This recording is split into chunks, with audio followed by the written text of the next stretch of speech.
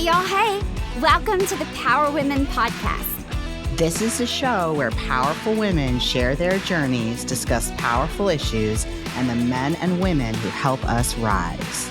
I'm Gayatri Agnew. And I'm your power mom, Claire Brown.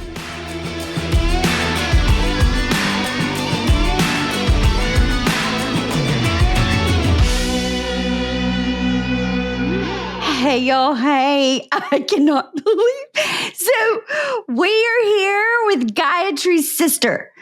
My baby sister. I know. That's all I know. I have no idea what we're going to talk about. And I can't wait for you to tell me family secrets, Lockie. Thank you so much. No, that's okay. So Claire, hold that thought. But Lakshmi Sarah, who I affectionately call Lockie, welcome to the podcast. Thank you. So fun to be here. I sense a tad bit of sarcasm in your voice, but I am thrilled that you're here to show you off to the world.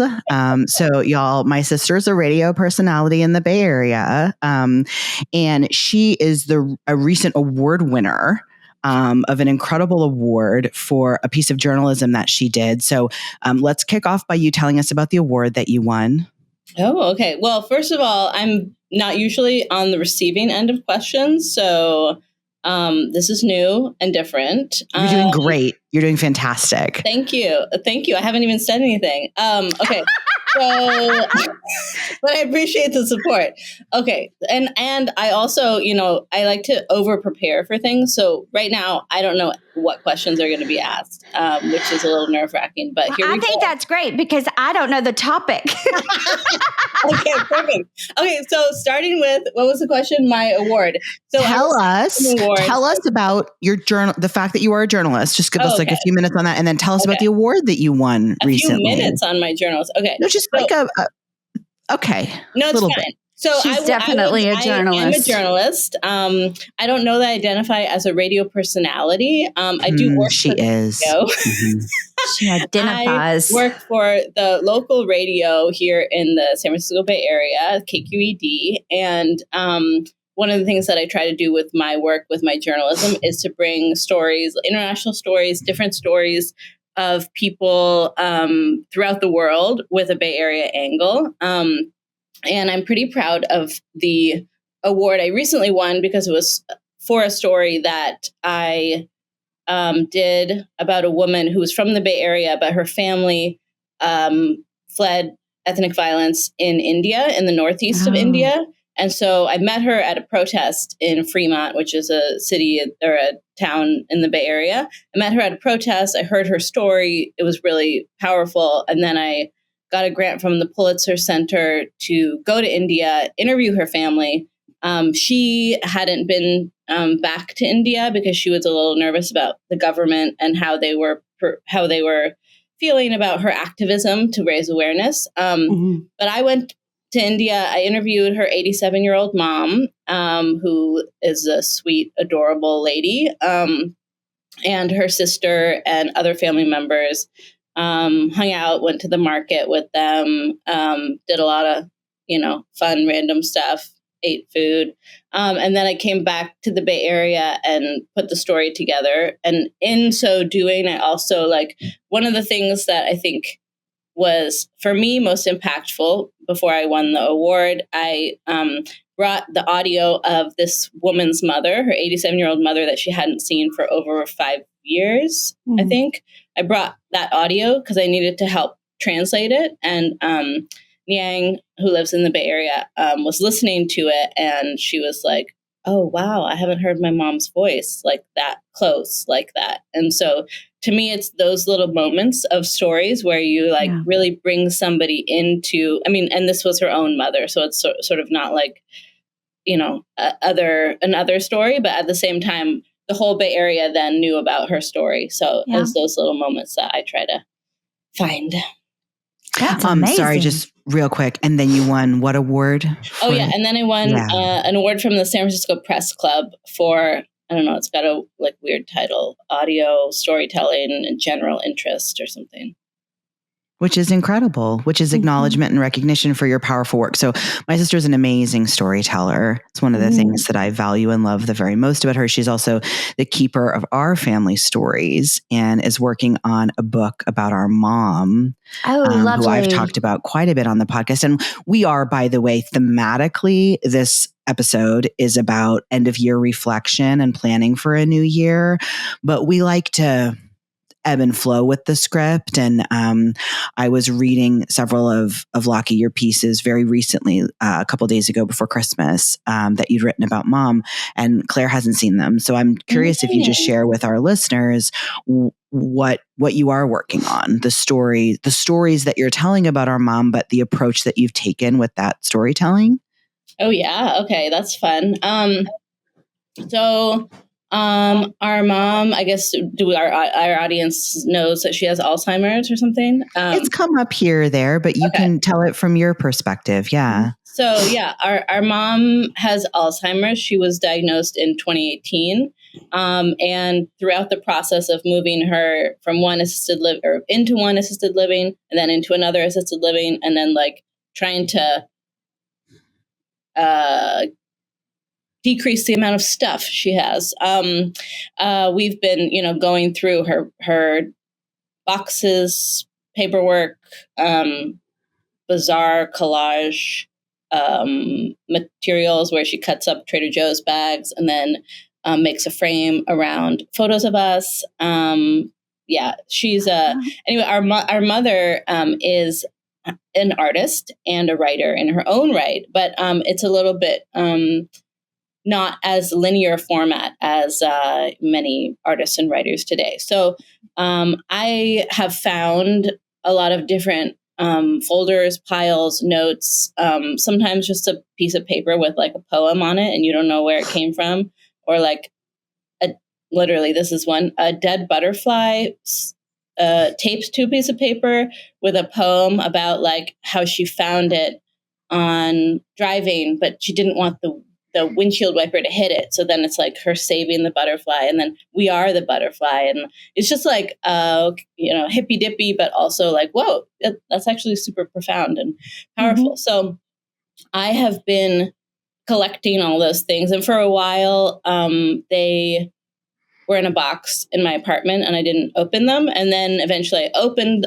a box of her writings. And as I started to go through, I realized, oh, wow, she is a writer, and she does have all these little stories. And so what I have started to do, or am in the midst of doing, is then sort of giving a little intro to some of her more eclectic writings, or like giving a little context to her writing. So I'll give like an intro and then have her writings in there. And then I'll give sometimes an outro. And sometimes I will include like a letter to my mom, like telling her what's happening in my life. She doesn't have the mental capacity in her Alzheimer's currently. She's just sort of very in the moment, mostly in her sleep. And so I just will write her a letter, tell her what I'm doing, sometimes connect it to something that she's written about, and then use that as sort of like an interwoven format, which has been interesting. And yeah, it's like a process to go through those things. And then it's a nice also process to then share those with family and friends who know her or know us. It's very therapeutic. Yeah, totally. So sometimes I just open a letter and then cry and then don't work on it for a week. And then sometimes I'll actually like do work. Yeah. Yeah. And it's almost like lessons from my mother that continue. Yeah, totally. Yeah. So it's so interesting. I write. And I write all the time. I journal all the time. And I've never shared the journal with anyone. And then I also published a book that derived out of my journal and has a majority of my journal writings from it. Of course, a lot, the manuscript became a manuscript and I wrote it, of course, as well. But I've recently journaled. It's so interesting. And I've never shared this. But I've recently journaled in the last 2 months of what if someone got a hold of this? And what if I pass away and my children read this one day, or when I'm 90 or 80, and then they come back and they read when mom was 34 and when mom turned 40, and then, all these times, and they read my deepest, darkest thoughts, or whatever, they're going to and I write, like, you're either going to laugh your ass off or you're going to think, wow, she was really crazier than we thought, or, and then they're going to look at times and say she was really lonelier than I thought, or, she was more brilliant than she gave herself credit for, or why did she hold herself back from so many ideas? Because I go crazy and I just let my imagination run. There's so much in that journal, is my point, that we don't give to the world. And that's what you're pulling, essentially. Or that's what it reminds me of. It's exactly it. And it's come to life in the form of essays. And each essay right now stands totally on its own. And like Lockie said, I've read them and they move me in ways that it wouldn't relate to another person. But friends and family read them and experience a different side of mom. But folks who never knew our mom read them and experience their relationship with their mom, or their grief in the loss of their mom, or the in-between loss of their mom, like we are in now with her condition. And so they're beautiful, Lockie. And I've really enjoyed not only being your sister as you've produced these pieces, but really the power of having a historian and a storyteller inside your own family to turn around and tell those stories. And Claire, even like, it makes me think about your book and how you took your own stories and turned them into a way to help and to heal and to support other women who will see themselves in your story, right? We were talking to Heather earlier, who was having a hard time sharing her story. And we were saying, like, well, your story is not really for you. You're not sharing it for you. You're sharing it for what others might see in it, learn from it, how others might see themselves in the story that you're telling, which is so, so very powerful. Yeah. Well, Claire, you looked like you had a thought in that breath. I don't want to take your thought. I mean, I do. I do. I love, though, that you're allowing, because so many families don't, when there's an illness or a passing or, whatever the shift that in that relationship is. And so I love, though, that you've embraced all of it, and that you're still allowing her story and her lessons to not just impact you, but so many. And it's, like I said, I think it's so therapeutic, but then you see the benefit and the healing that it brings to so many others, because it's not just Alzheimer's. And I think that because that would be limiting. It's you may have a relationship that you no longer have with a family member or a person. And then, because it does feel like, a disconnect. And then these beautiful essays continue to help you heal and grow through that. So is this published? Right now it's in a newsletter form. So I don't know, maybe like six of them are published like on the newsletter. And I mean, I guess I'm sharing now it's on a podcast that is public, but previously I only just a couple months ago shared with my best friends, and they were like, why didn't you share this before? I was like, it's not packaged for an external audience really, but like people can read it. It's just like, sure. We'll share the link. Share the link. You can share the link. But I do. I don't think I was expecting anybody to care or be want to consume it yet. Yeah. And I want to connect the writing, Lockie, to intentionality about, we don't call them goals when we think about things and ways we're approaching the year, but you've been really intentional for several years. You didn't sit down and start writing. This book is the outgrowth of your own growth as a storyteller, your own growth as a writer that has allowed you to have the capacity. Like, I couldn't do what you're doing even if I wanted to, because there's an enormous amount of emotional labor, but also skill in how you're putting these pieces together. So I actually want to connect to why I had asked you initially. I want to tell your story to the world because I think you're amazing, not just because you're my sister, but I had shared with Claire and actually with Amy, our previous guest, about our end of year reflection process, which ironically started in 2018. And I actually never thought about the fact. Okay. Yeah, I never thought about the fact that we started doing this the first year that our mom was sick. Mm-hmm. The first year that maybe we understood in some way that we didn't have her to do this with.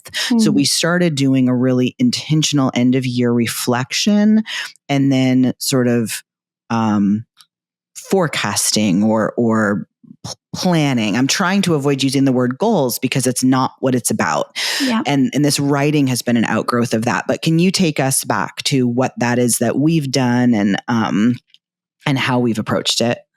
Yes. I don't remember. Was it the Get Bullish thing or? Yes, that's what kind of kicked it off. Okay. Yeah. I think we saw in some newsletter, I don't remember exactly where it came from, this idea of like, okay, just, look back at your year. What were goals you had? It's a 10-page document you go through, but it starts with your values. So we saw the document. We're like, well, I'm a Virgo. I love a plan. I love a calendar. I love a list, Yeah, Darren. Okay. Shout out to the producer who may be also a Virgo. So I think I saw that and I was like, I'm going to do it. And I think we were like, oh, let's do it together. And then when I think within that, it also has a accountability level. So it's sort of like, okay, first go through the value systems that you have. Now we're talking about what you want your year to look like. And here's some accountability steps. And so it outlines everything in a very clear way. Now I don't remember if we've adapted it or then, you see other people goal systems things or the new year. Actually, I printed one out yesterday. Of course she did. Oh, for sure. 100%. Always organized. I printed it out along with some notes and then I've made bullet points. I emailed those to you. I haven't gone through it, but the year compass, that's another branded one. Do you guys use that? It's free. But then the year ahead, I believe anything is possible this year and you're supposed to date and sign it. I haven't fully looked through it, but the year compass, we don't know if it's good yet.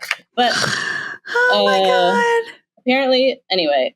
Look, and they have magic. Okay, I haven't looked through it, so I shouldn't be doing that live right now. But basically, this idea of okay, you have this document, you go through it step by step, and then at the end, what we create, and I should have brought mine. I didn't. Maybe you have yours with you, but we create a one-pager and stick it somewhere. I usually put mine on my closet door. Mine goes on my bathroom mirror. She puts hers on her mirror. And you have a word of the year, a word in the middle, and then branching off of those. And I like to divide mine into Q1, Q3, Q2, Q3, Q4, with a different word. And then mine's like chaos theory. It's like a word cloud of aspirations all over the page, but it's not. Shocks me none. But point being, it's a visual. It's visual and it's in your face every single day of the year. Yeah. So the word of the year is sort of the guiding thing. And then within, depending on how you like to plan or vision, the quarters can have words or things you want to do or feel and then there's usually a to-do list and a to-don't list at the bottom. That's how I do it. Things I want to do more of, things I want to do less of, which can be as simple as I want to read more. I want to be stressed out less. I want to feel an obligation to text friends back who are not actually friends that I don't actually like less. Yeah. Or, for example, hypothetically. Yeah. So have you each chosen your word? You chose your word, didn't you? Or are you? I chose my word. My word chose me, I think, this year. My word for 2025 is hope. It's hope. I haven't had my word this year, 2024, is intentionality. And I feel like my word from this year chose my word for next year. Just it's really obvious for me to shift from being in a space of intentionality to placing myself in a space of hopefulness. But hope is my word. Lucky, have you chosen your? We haven't done our exercise yet. So sometimes the word comes from the exercise. Sometimes the word finds you first. That makes sense. I think I'm still leaning towards explore or journey. I mean, I do love a thesaurus, so I might need to look those words up and see if there's any better words. But the explore journey vibe is feeling strong for me this year. This past year, my word was beauty, more in like the awe, the sense of awe that nature, beauty gives. Yeah. I love that. I normally choose a word, and the last 2 years, the word has chosen me, and it's been the same word for the last 2 years. What has it been? It has been surrender. Oh, okay. I am done surrendering. Yeah, new word. I mean, I guess the same word could choose you, but maybe, different word. Yeah, I need a different word. Yeah. I'm done. Yeah. Because it's, I've done a lot of work on it. Do you know what the new word is, Claire? No, it hadn't come to me yet. It's going to come. It's going to come in the next week or so. Yeah. I think one of the ways that we've approached this, which I've really appreciated, is the accountability to each other with this process. So it's looked a little different in the first couple of years when our mom was still a little healthier. We always did it together, physically together in a coffee shop, and we'd sit there for like hours. Yeah. Like big table coffee shop situation, colored pens, everything, Yeah, I was going to say, you got to have your crafting supplies too, pens. For sure. And now, like this year, we'll do it on Zoom, right? It's a little, you use the tools you have available to you. But I think why I hesitate to call them goals, and I guess they're intentional plans for the future, is I think the to-don't list is as important as the to-do list. Yeah. I also think in one of the initial sort of write-ups that we used, and I think part of what, Lockie, you're saying with the example of the one you picked up is it doesn't really matter which one you're using. One's not better than the other, as long as they're getting you into a space of reflection about this past year before you start to set intention for next year. Yeah. And then that you really own, like, if this thing I said I wanted to do this past year didn't happen, does this thing align with my values or not? As opposed to just saying I failed. Yeah. And then there was a question in the first one that was something like, what are you going to do for yourself to make next year more beautiful? I think it was beautiful or joyful or some, I can't remember. Or like maybe just fun or something. Make it sparkle. It was something. And that's like why I wore this was in keeping with that theme. Sparkle. And then like it had examples, like I'm finally going to go buy a bunch of pairs of leggings, so I'm not always looking for the one pair that I like most. Or I'm going to buy a case of mini champagnes so I can open one anytime I want to celebrate. Or I'm going to keep, like it's not big things, it's little things, it's moments of joy. And that probably is my favorite question, because it's the part we skip when we're setting big goals. We forget to anchor ourselves in those little moments of joy. Right. And Lockie, you're so good at that. Like, thank you. Those. I mean, I think it's something I've been thinking about also, like, and I guess it's just a different way of framing or thinking about this is like, what does my future, like, what will my future self want? And whether or not that's myself next week or like myself tomorrow, like when you're feeling a little bit like lazy or you don't want to go to the store, but like my future self really wants a good meal. So I'm going to go to the store now. I'm going to do this. But like also thinking about like, okay, my future self really wants to like spend some time in Japan or like go to Europe, and what do I need to do in order to make that happen? So I feel like it's like a small step thing, but it's also like, okay, how do I want to feel, and what can I do to get to that feeling? So, I mean, the goal, sure. But I think the goals, or I've been thinking of goals more around the feelings of them. So like, I want to feel strong. So maybe my goal is to do a pull up, but I don't know, thinking about it.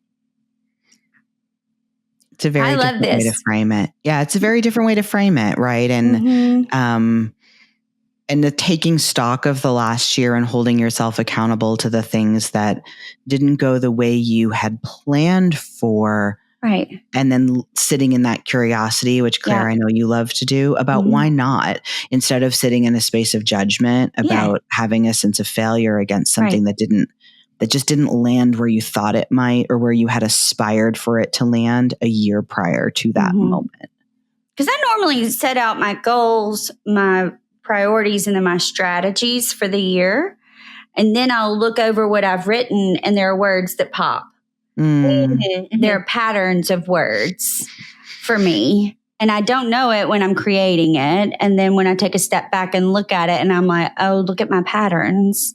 That's what's come up for me for the next year. And then I'll journal around those patterned words. And those patterned words may not be my word, but there's something deeper there that I need to unpack that then may be my word.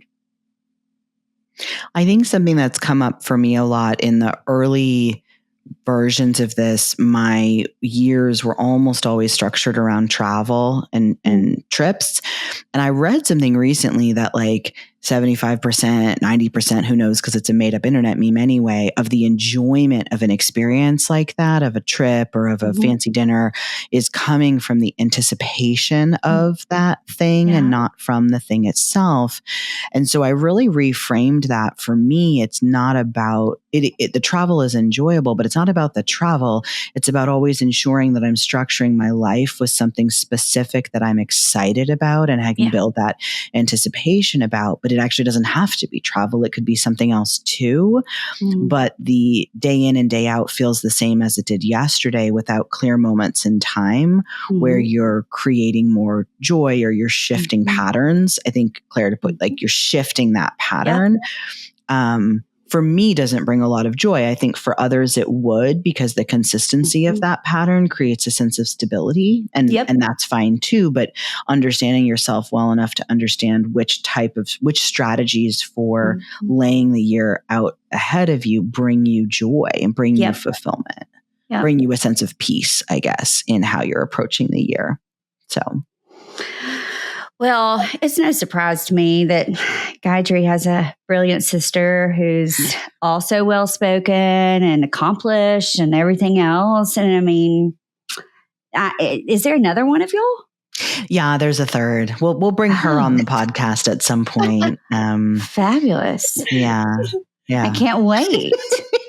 Get ready. She's getting her master's in Spain, so she's busy. Oh, that's all. Yeah. Me too. Yeah. You know,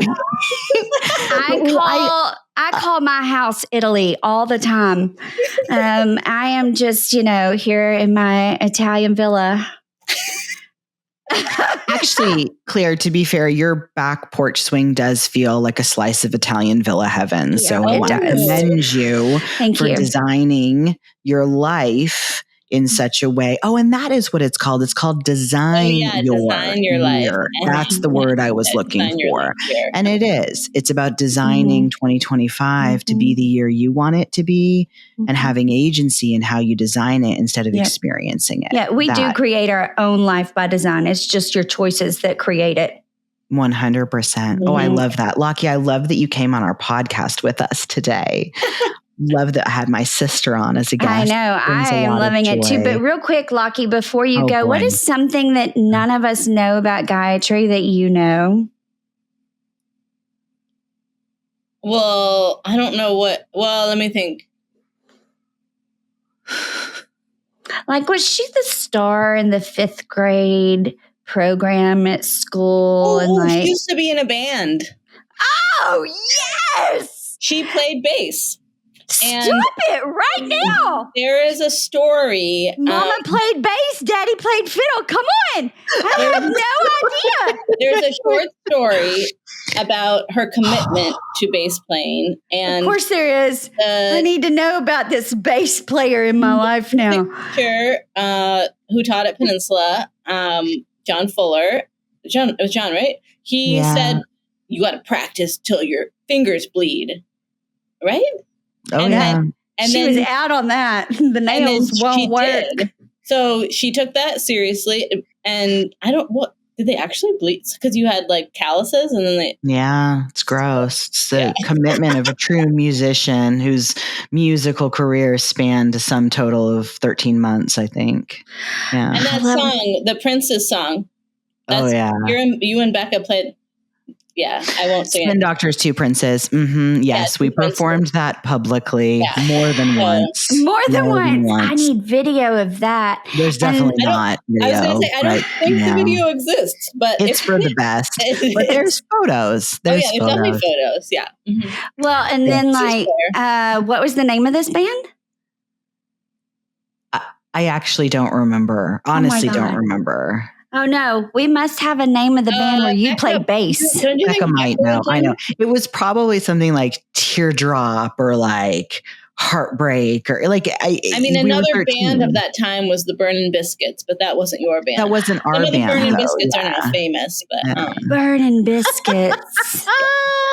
Yeah. I don't know what her band this is amazing. Name called. Yeah. Thanks for that, Lockie. Thanks. Well, I figured it's a tidbit they didn't know because they know you love karaoke. It's not come up ever. She does love some karaoke, but now you're going to have to play and sing. Absolutely not. Nobody wants that, Claire. Listen, I'm not having my siblings on here. It ain't happening. That's a no, ma'am. But I got to have my sister on here, which was glorious and fun. It is. And you're lovely. And I love how y'all have this sister friendship too, because that's very rare. It's very rare. Well done to your mother for cultivating that in your family. It speaks volumes of her as a parent. Well, she's pretty amazing. We don't always get along though. Like we usually do, but we're tested like everybody's relationship is. It happens. But just want to make sure we're clear. It's roses, mostly sunshine, little bit of prickle. That's the way it always is though. But I've enjoyed this so much and there's so many lessons. So thank you for providing it. It's joy. Sure, that was pretty painless. So, no other questions? Okay. We try to make it painless. Interview. There's I didn't see like an end time on the invite, so I wasn't. We're done when we're done. I think we're done. We tell people we don't bite, but they don't believe us all the time. Yeah. Well, but thank you, Lockie. Sure. Thanks, Lockie. Happy to have a great 2025. You too, with a new word. Claire, it's time for a new word. It's time for a new word. Yeah. Thank you so much for listening. If you like the show, please rate and review on iTunes and check out our website, thepowerwomen.org.